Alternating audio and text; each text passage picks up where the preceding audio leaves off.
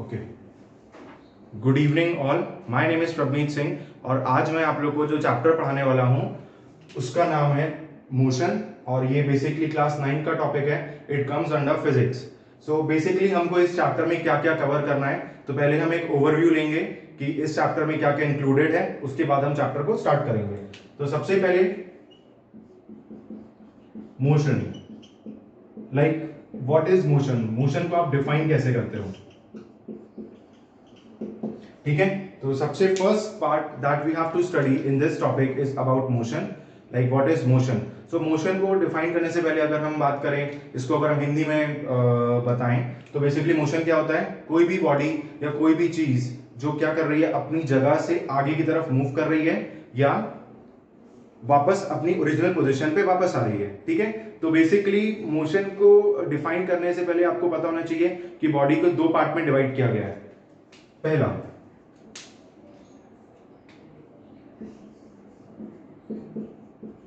Bodies या objects को हमने दो पार्ट में डिवाइड किया गया है। सबसे पहला जो रहता है that is known as stationery.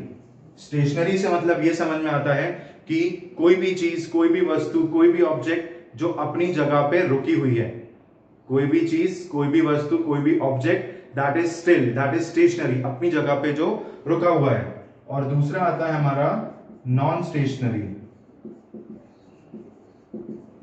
दूसरा आता है हमारा नॉन स्टेशनरी। नॉन स्टेशनरी का मतलब होता है कि जो अपने हिसाब से, अपने टाइम के हिसाब से आगे मूव कर सकते हैं एक जगह से दूसरी जगह पे। तो अब मैं आप लोग से पूछता हूं कि स्टेशनरी बॉडीज के एग्जाम्पल क्या क्या होते हैं। कोई भी चीज, जैसे हम अगर बाहर निकलते हैं तो हमको देखने को मिलता है कि जैसे पोल्स हो गए, पोल्स, पोल्स के अलावा बिल्डिंग्स, ट्रीज और बहुत सारी चीजें। तो बेसिकली ये सारी चीजें जो रहती हैं, poles, buildings, trees, these are fixed. ये अपनी जगह पर क्या है, फिक्स्ड है। तो इसलिए हम इनको क्या बोलते हैं, स्टेशनरी।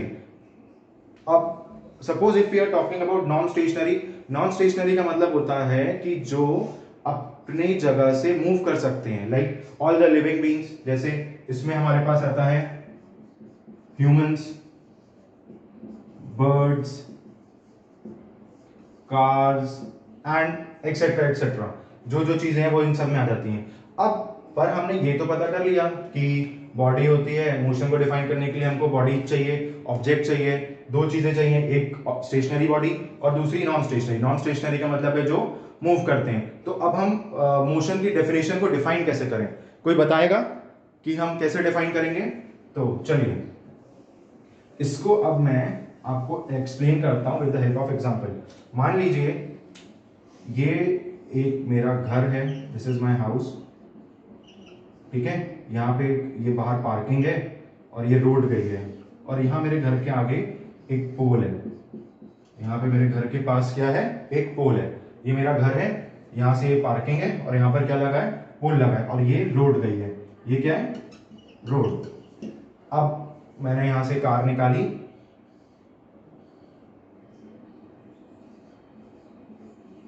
अब मैंने देखा कि टाइम जो हुआ है सवेरे, टाइम जो हुआ है वो है 10:30 AM।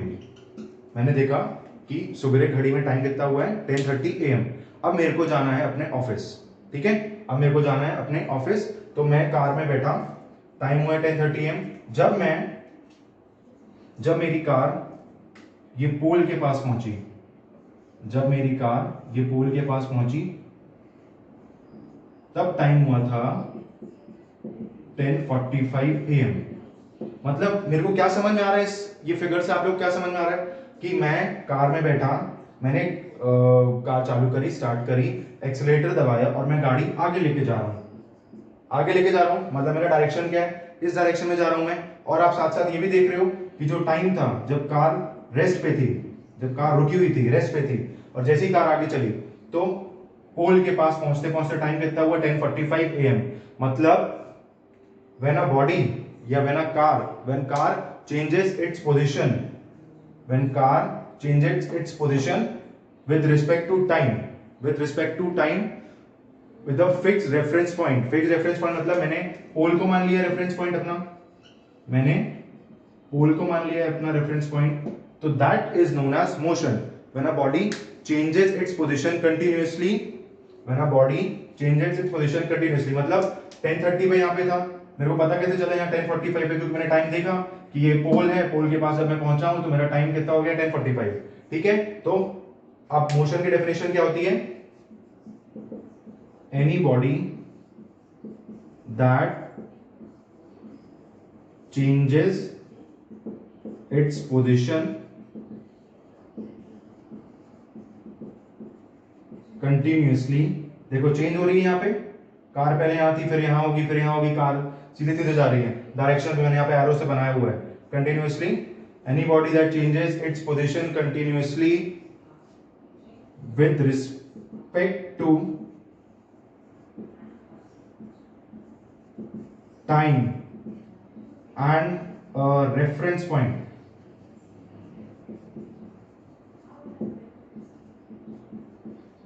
is known as motion। ठीक है, तो आप लोग का जो भी कॉन्सेप्ट था मोशन के रिगार्डिंग या मोशन के बारे में, वो सब आपको क्लियर हो गया होगा। ठीक है, तो अब हम आगे चलेंगे। मोशन के बाद इसका जो सेकंड पार्ट है that is known as distance and displacement, वो हमको पढ़ना है कि डिस्टेंस और डिस्प्लेसमेंट में क्या रिलेशन है, क्या कॉन्सेप्ट है, आगे आने वाले न्यूमेरिकल्स में हम कैसे डिफाइन करेंगे मोशन को, कैसे रिलेट करेंगे। तो उससे पहले आपको बेसिक कॉन्सेप्ट पता होना चाहिए कि what is distance and what is displacement.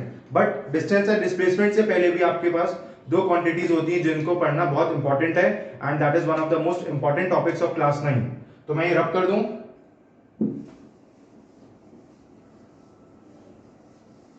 Okay, तो सबसे पहले हमारे पास डिस्टेंस और डिस्प्लेसमेंट पढ़ने से पहले हमारे पास दो टॉपिक्स और हैं जिनको हमको कवर करना है। उनका नाम है स्केलर क्वांटिटी और दूसरा है वेक्टर क्वांटिटी।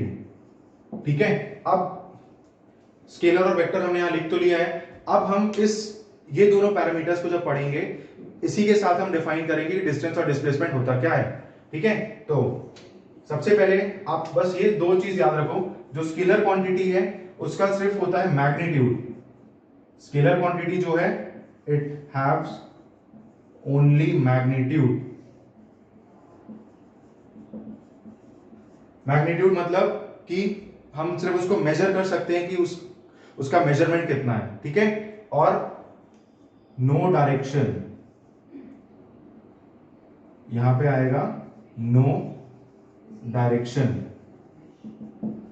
अब इसी के ऑपोजिट अगर हम बात करें वेक्टर क्वांटिटी, वेक्टर क्वांटिटी के पास होता है हैव्स मैग्नीट्यूड, मतलब इसकी आप वैल्यू मेजर भी कर सकते हो और डायरेक्शन को भी इट ऑल्सो गिव्स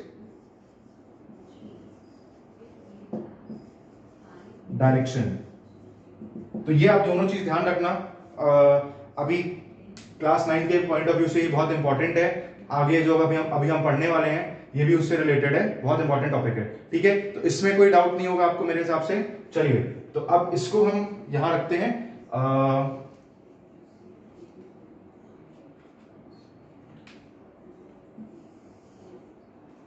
ठीक है, अब मेरा क्वेश्चन है, हमको पढ़ना है अब डिस्टेंस एंड डिस्प्लेसमेंट। पहले डिस्टेंस को हम पढ़ेंगे, उसके बाद हम आएंगे डिस्प्लेसमेंट पे। ठीक है, अब मान लीजिए एक स्टूडेंट है,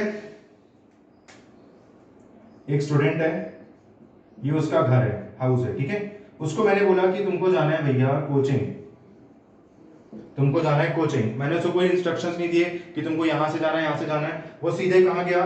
वो ए पॉइंट से सीधे गया यहाँ बी पे। बी पे मान लीजिए उसका स्कूल था, और बी के बाद वो आया सी पे। ये था ए, ये था बी और ये था सी। वो इधर से गया स्कूल में कितने किलोमीटर ट्रैवल किया उसने? 5 किलोमीटर। फिर 5 बी से सी की तरफ आया, कितने किलोमीटर ट्रैवल किया उसने? मान लीजिए आप 3 किलोमीटर। ठीक है, तो टोटल डिस्टेंस उसने कितना ट्रैवल किया? 5 और 3 8, है ना? तो टोटल डिस्टेंस उसने कितना ट्रैवल किया? 5 + 3 = 8 किलोमीटर। 5 + 3 = 8 किलोमीटर। उसने 8 किलोमीटर टोटल ट्रैवल किया। अब हम अगर बात करें डिस्टेंस की, तो डिस्टेंस का मतलब क्या होता है? The actual path travelled by a body. अगर हम बात करें distance, what is distance? Distance को आप कैसे डिफाइन करोगे? The actual path travelled by a body. देखना, एक्चुअल पाथ, एक्चुअल मतलब ए से बी की तरफ गया, बी से फिर सी की तरफ गया, कितना ट्रैवल किया उसने? 5 और 3 8, 8 किलोमीटर उसने टोटल ट्रैवल किया। तो the actual path travel by body irrespective, irrespective का मतलब है कि उसको दूसरी क्वांटिटी से कोई मतलब नहीं है, irrespective of direction, irrespective of direction is known as, it is known as distance. ठीक है, तो मतलब अभी हमने दो चीजें पढ़ी थी।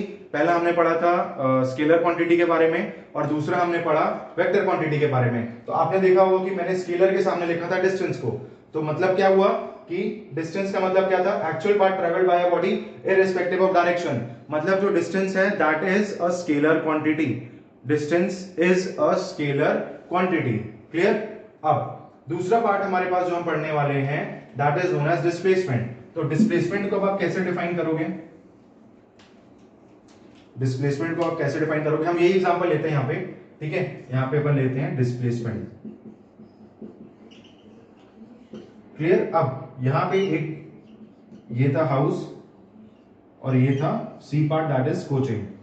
तो मैंने बोला कि तुमको जाना है, एक स्टूडेंट को मैंने बोला that you have to reach your coaching institute following a specific direction.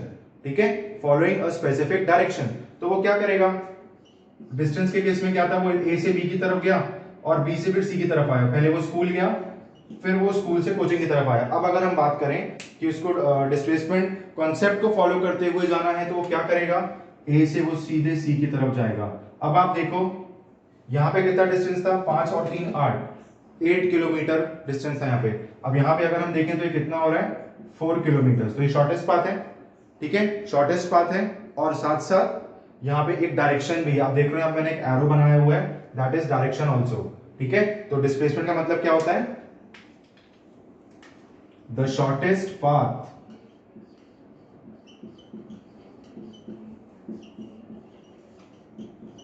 Travelled by a body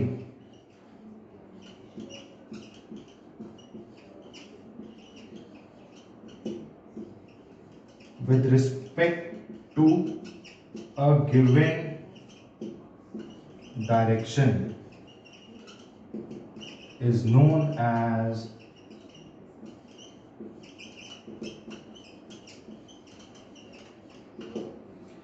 shortest path traveled by a body with respect to a given direction is known as displacement। मतलब क्या हुआ? अब अभी हमने थोड़ी देर पहले पढ़ा था स्केलर और वेक्टर क्वांटिटी के बारे में, अभी हमने पढ़ा था स्केलर और वेक्टर क्वांटिटी के बारे में। ठीक है, तो डिस्टेंस को हमने क्या बोल दिया था? स्केलर क्वांटिटी, क्योंकि वो क्या था? सिर्फ डिस्टेंस के बारे में बात कर रहे थे irrespective of direction. Direction word का कहीं यूज हमने किया ही नहीं। ठीक है, अब अगर हम बात करें यहां पर shortest path travelled bye a body, मतलब हम जितना भी डिस्टेंस ट्रैवल कर रहे हैं उसको मेजर कर पा रहे हैं। आप देख रहे हैं 4 किलोमीटर ये हमारा मेजरमेंट है। यहाँ पे हमने देखा 8 किलोमीटर हम मेजर कर पा रहे हैं, बट हमने डायरेक्शन की बात नहीं करी। अब यहाँ पे आपको दिख रहा होगा कि गिवन डायरेक्शन, मतलब यहाँ पे हम विद रिस्पेक्ट टू डायरेक्शन की बात कर रहे हैं। दैट मीन्स जो डिस्प्लेसमेंट है it is a vector quantity, it is a vector quantity. तो आज के वीडियो में हमने basic concept of motion with the help of examples ये पढ़ा।